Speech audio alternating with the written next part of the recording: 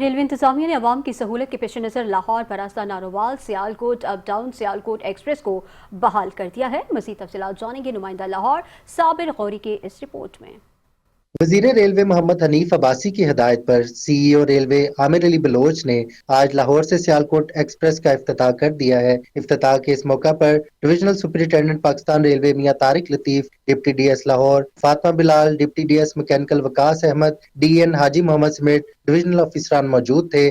171 اب Sialkot express Lahore railway station سے صبح 5 بجے روانہ ہو کر دن 10:50 پر وزیر آباد پہنچا کرے گی، جبکہ 172 ڈاؤن سیالکوٹ ایکسپریس وزیر آباد ریلوے اسٹیشن سے شام 4 بجے روانہ ہو کر رات 9:50 پر لاہور پہنچے گی۔ یہ ٹرین 5 اکانومی کلاس کوچز، ایک ٹی ایل وین اور ایک بریک وین پر مشتمل ہوگی۔ اس کے اسٹاپ شاہدرہ باغ، نارنگ، بدوملی، نارووال، قلعہ صوبہ سنگھ، پسرور، چونڈا، سیالکوٹ اور سمڑیال ہوں گے۔ کیمرہ مین محمد اظہر کے ہمراہ صابر غوری، 5 نیوز، لاہور۔